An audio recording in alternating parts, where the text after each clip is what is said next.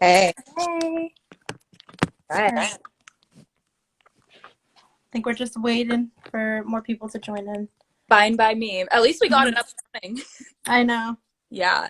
Yay. Send a request in about Facebook video. I think I'm already in it, right? Yes, you are. So we can play with the filters and stuff too. Oh, perfect. Okay. I think we just have a few more minutes. Perfect.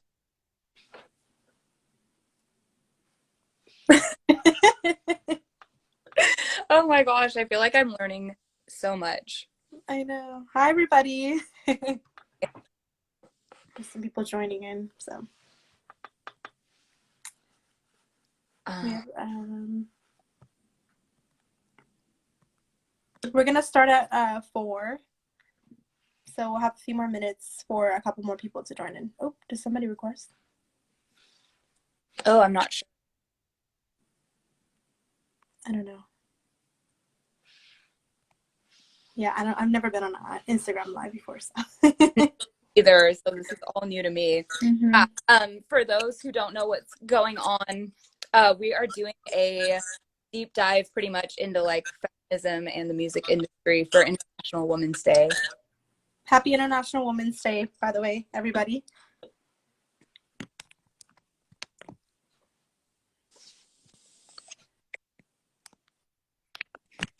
All right.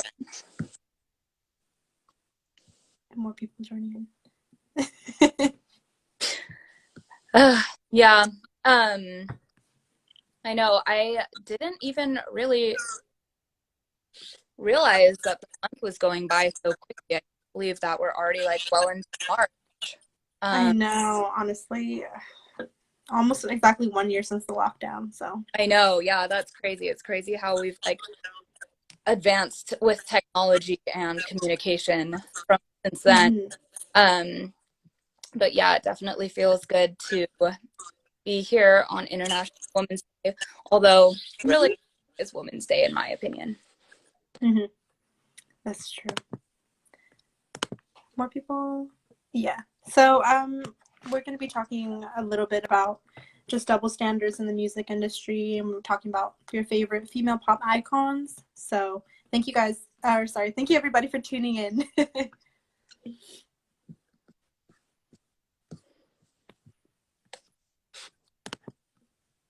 We'll start in a couple minutes.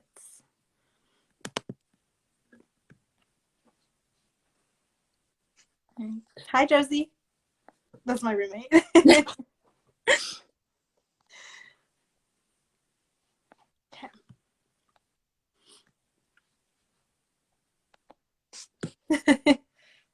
Sorry if we're not the most entertaining waiting room ever. We were like, we weren't really sure what to do. We were going to talk, and now this is just a test. Yeah, we started at 4, but we were like, okay, I've never done Instagram Live, so we're going to start a few minutes earlier. Yes, please excuse our awkwardness if we have some.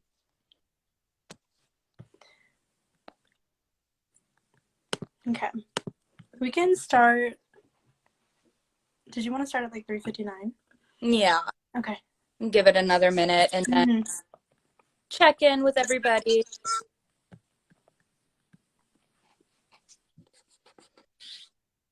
How do you wave at people? Okay.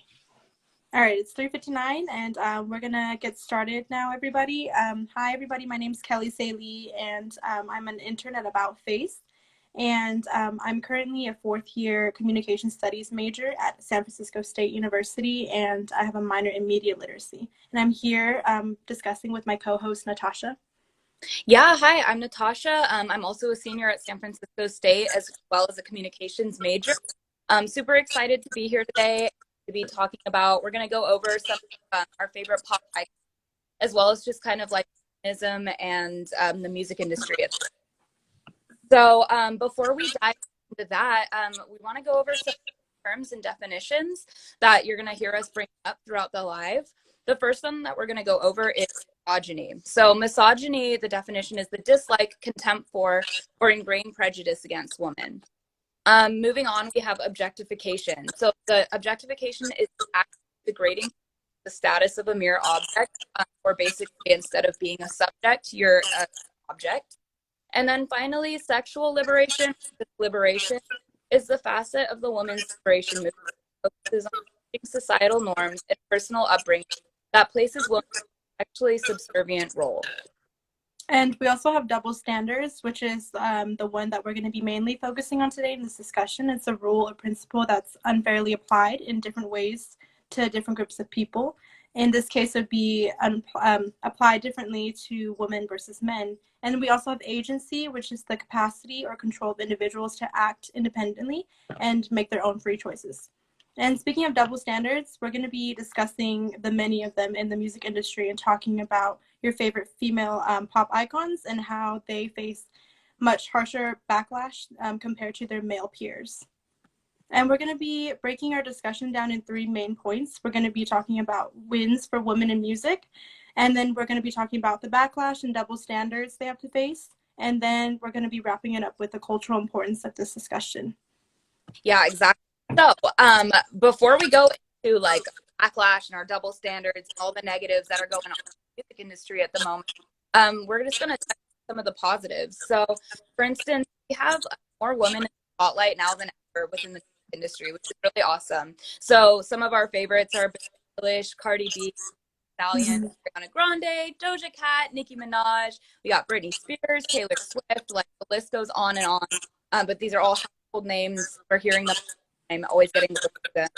And then as well as just like taking over the music industry, a lot of these female artists are like getting very political as well. We can see this with like Cardi B has been interviewing with Bernie Sanders. We also have Ariana Grande is always coming up with like feminism, and like I would recommend you can look up like Ariana Grande back against misogyny or something like that. She has so many cool moments where she puts these misogynists in their place, and it's just really awesome to see. Another really cool thing is just, like, the female friendships that are coming out of like the industry right now. So not within like Saweetie Doja Cat's song Best Friend, which is literally all about hyping up your best friend. Megan and Cardi B came up with the song WAP, which we'll be talking about a little bit during this too, and it's just kind of like a female empowerment, got each other's backs kind of song, which is just really nice to see. Something we haven't really seen from the music industry before. I feel like definitely like female friendships is kind of a more prominent thing nowadays, because the music industry and entertainment in general, they like to pit women against each other. For years, there was like the whole Nicki Minaj versus Cardi B thing, and how only one person was allowed to be the queen of rap or can be on top.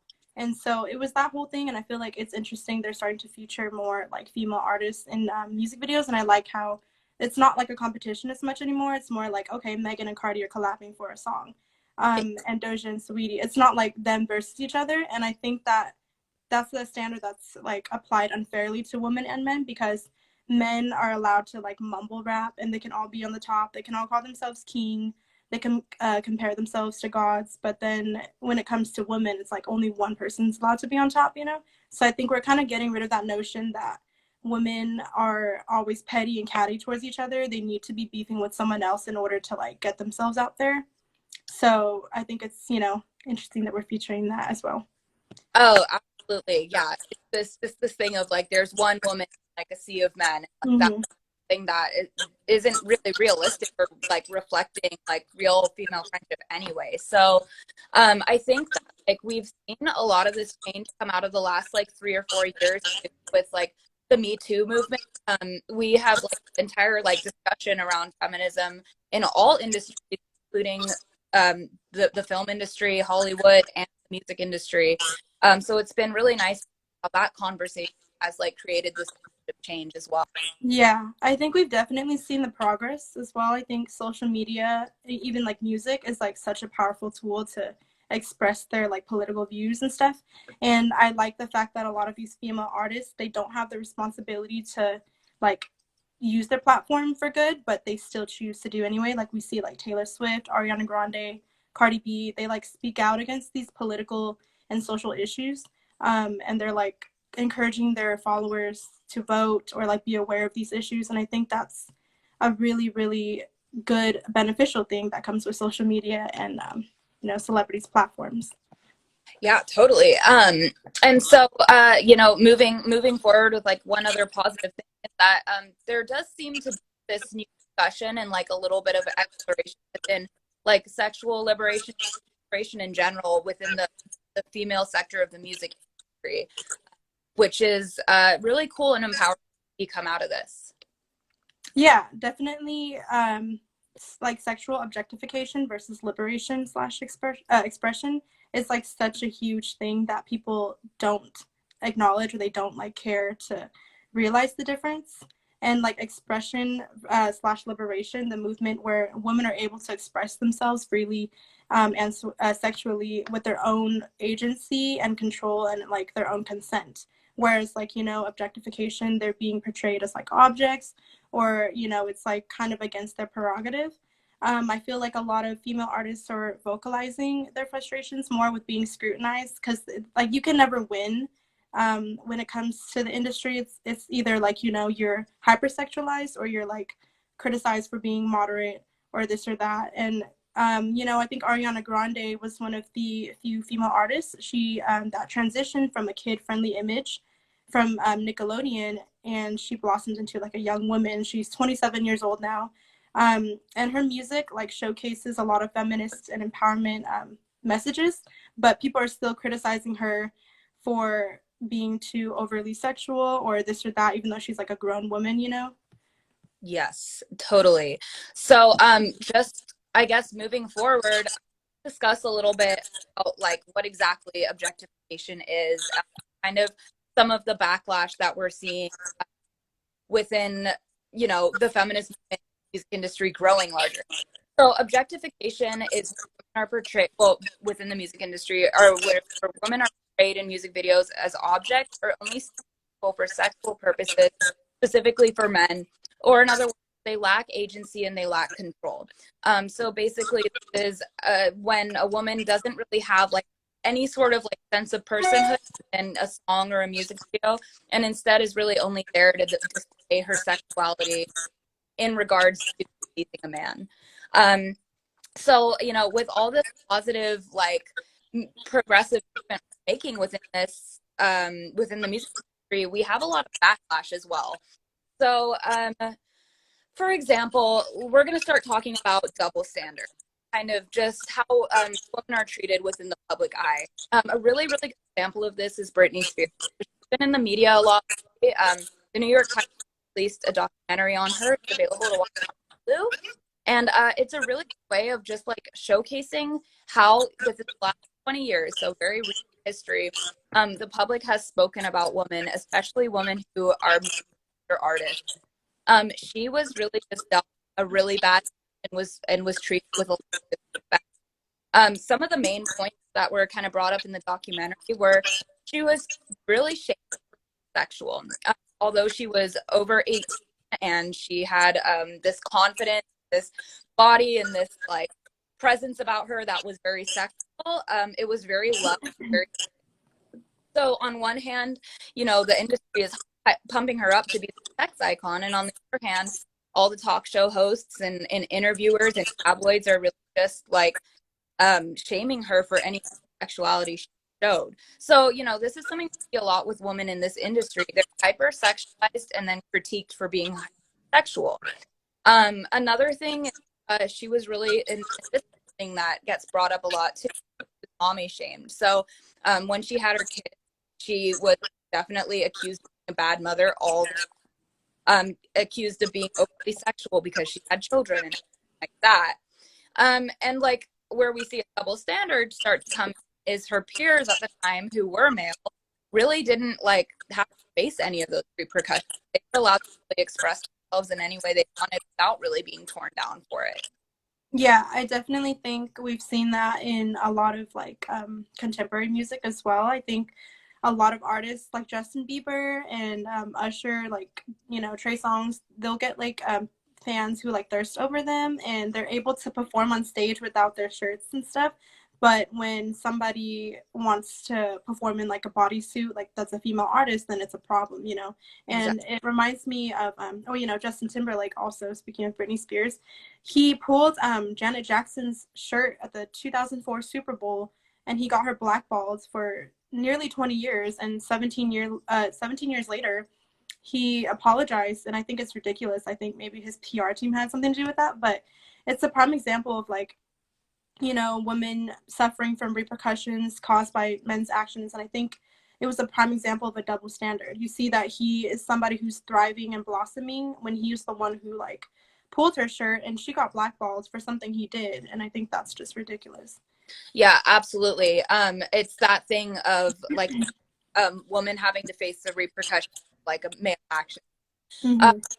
so let's dive in a little bit more on like double standards, because there are just so many examples to choose from. So basically within the realm of like music, where we can double standards is like within the content put out there. So for instance, men are really allowed to sing or rap or produce in so many different ways. They can sing about violence, they can sing about sexuality, they can even sing about sexual misconduct or assault, objectification of women, and there's really no repercussions. And if anything, there's a lot of like validation for them. Their songs keep hitting the charts, like their music videos get millions of views. It's just kind of like this like very culturally accepted thing that when a man puts out whatever he wants to put out, you know, that's his right as an artist. Mm-hmm. A really good example of this is with Chris Brown and Rihanna. So they have been around for a while, since the early 2000s, and they are still really prevalent, both of them, in the music industry today. It's pretty much very well known that Chris Brown was an abusive boyfriend to Rihanna. And, you know, instead of having to face repercussions for that or any sort of like, yeah, getting kicked out of like the public eye for what he did, he's really still just as popular as she is today. And she has to, as a fellow artist, watch him thrive. And in fact, she was actually very much blamed for staying with him rather than him being blamed for committing those actions. So here we see some victim blaming going on as well. So it, you know, it brings me to the question, like, what repercussions do women face? Because we keep saying they're facing them. So here's some examples. There's a lot of negative attitudes towards female artists and female singers. And I don't want to put it on a specific group of people because it's honestly like across the board. We see this in like hip hop, we see it in country, we see it in pop. Like, it's not one group of people, but definitely conservative rhetoric and commentary is really outspoken. So conservatives don't like the female empowerment movement within the music industry. Bringing it back to that famous song "Walk" by Cardi B and Stallion, that song has created a lot of dialogue. So there is a commentator, Ben Shapiro. He wrote on his Facebook segment, "Guys, this is what feminists fought for. This is what the feminist movement is all about. It's not really about being treated as independent, full-rounded beings. It's about a wet AP word. And if you say anything differently, it's because you're a misogynist." So that's dripping with sarcasm. He is being sarcastic. But basically, the takeaway that he to take from that statement is women have to act in ways that are proper and like, or they're actually anti-woman themselves. That's definitely not the point of feminism. Feminism clearly says, you know, that everyone should be allowed to express themselves, not hurting anyone in any way that they do it. It doesn't mean she's not a woman. It doesn't mean she's anti-woman. She's just a very openly sexual person. So, you know, what he's saying is it makes it sound feminist on the surface, but really the message is not. Yeah, and I feel like we have to get rid of that notion that women need to dress moderately or not provocatively in order to earn respect, because we see that men aren't even held to the same standard. It's like, you know, I'm going to bring up the point again about Britney Spears being mommy shamed. Like, everybody was mommy shaming Cardi B because she wrote the song WAP, and she faced backlash for quote unquote poor parenting because there's a video of her daughter walking in on her, but she turned off the song immediately, and she cleared up the rumors that you know, she's a bad parent. It's she said that it's not her responsibility to take care of everyone else's kid. It's up to them, and to monitor whatever content or explicit lyrics that they want to see. And I think I agree with her because you know, Cardi B, who's to say that just because of that one clip she's a bad excuse me, she's a bad parent, you know? And I think we have to stop holding women to that same standard because, you know, there's male rappers or male artists that have tons of kids, but they rap about explicit things and they're not being, you know, shamed for that. And they were artists before they had kids. They should be allowed to be artists after and be able to express themselves. And I think that a lot of people use that rebuttal that women don't respect themselves or that they're being hypocrites because, oh, you don't want to be objectified, but yet you objectify yourself. But, you know, that's the difference between liberation and objectification is when you have your own agency and you kind of take it back into your own prerogative, that you are doing that for yourself. You're not doing that to be eye candy or, you know, like it's your own consent as well. So. Exactly. Yeah, I think that's a really good point.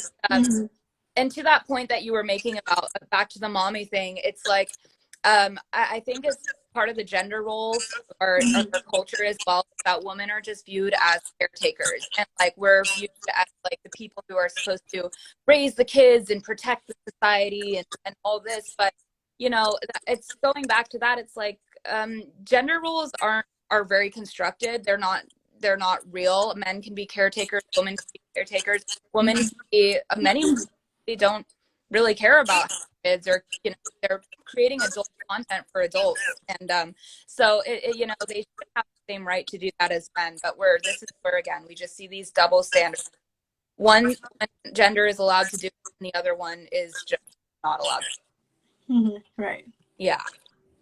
So this brings us to the question of, within this like male dominated industry, how much like liberation or otherwise can women really have? Because you know, when the producers are male and directors, videos and creators, you know, we have this very male perspective, and I think that is kind of where we're coming from the issues.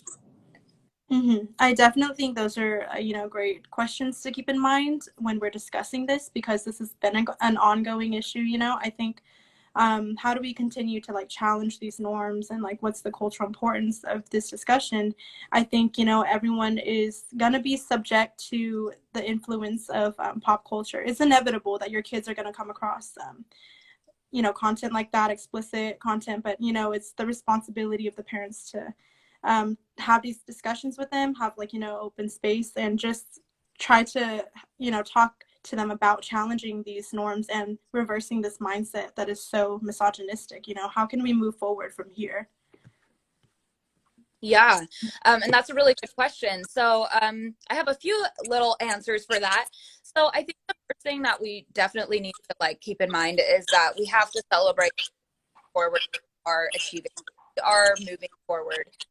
There are so many in the industry, whether they're the singers themselves that are like working towards remedying and fighting for a more future. But there's definitely a long way to go. So what are steps that like we as individuals can take to go for positive change?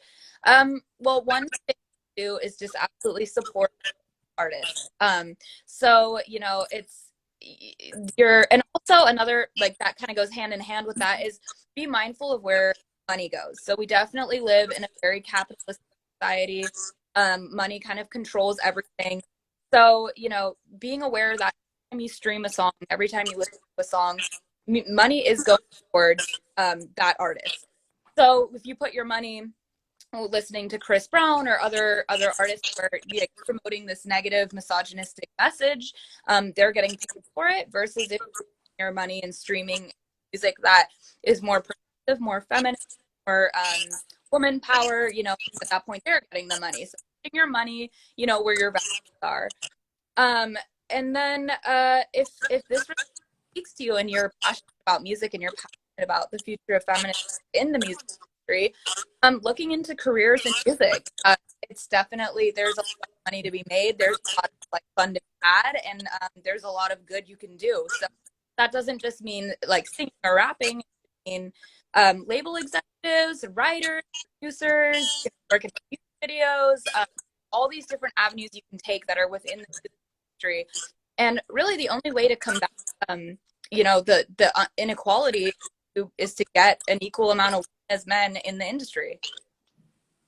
Yeah, I definitely agree. And I think, it's very important to acknowledge like how much progress we've made, but there's still a lot to learn. There's still a lot to be done. And I think that while we celebrate our wins, happy International Women's Day, everybody. But while we celebrate our wins for women in the music industry or in whatever industry, it's also important that there's a lot of work to be done. We want to educate our peers, our children, our fellow friends, about key terms or concepts in the feminist movement. You want to kind of keep an open space for, if you're a parent, keep an open space for your kids. Like I said, it's inevitable they're going to be subject to content and things like this. Pop culture is a huge influence on kids nowadays. It's hard to keep them off of social media like TikTok and YouTube where they come across these things. So, it's your responsibility to monitor that. And if they do come across it, also have that discussion with them, make it a safe space where they can talk to you about these things if they're curious so they can learn and their mindset can grow as well. And, keep these ideas in mind when you're listening to music next time or paying attention to pop culture in the media. You want to pay attention to how women are portrayed versus how men are portrayed. See how female artists face backlash compared to their male peers. You want to continue challenging these norms in order to unlearn or reverse these ingrained standards that have been affecting women for generations. There's just so much more to discuss because it's such a wide range topic. If you all are interested in discussions like this, join us on our International Women's Day event, which Natasha has more details about. Yeah. So if you're fed up like us, please join us for our Fed Up Gen Z Claps Back Against Media event. So it's basically going to be talking about really similar subjects to this. We're going to be trying to focus on intersectional feminism, having really complex and meaningful discussions. This subject could really go on for hours about there's so much interesting and dynamic things to touch on. But if you want to come and join us for that, it's going to be March 13th. It's definitely going to be on Zoom this year from 11 a.m. to 1 p.m. Pacific Standard Time. You can go ahead and click on the link in our bio if you want to reserve a spot. And yeah, we're really, really excited for that. And we're kind of coming to the end here. But yeah, I think if you guys want to end the day on a high note, go stream some songs from your like favorites female icons. Like we have so many to choose from. Every genre, we can definitely think towards a much more progressive music industry, and I'm very excited for that. We can all do our part to make a difference. Yeah, for sure. Yeah, thank you for discussing this with me. I had so much fun talking about this topic. We worked on this for a while, and I'm really glad to see it come to life, see our project, come to life. So it is really, really fun to talk about this as well. Oh my gosh. And thank you everybody too for joining and for all the comments. And thank you everybody. Yeah, thank you so much. Yes, good days. For the rest of your Women's Day, have a fantastic Monday. Yes, and love to all the women in your lives. Happy great Monday. All right. Bye guys. Bye. Oh.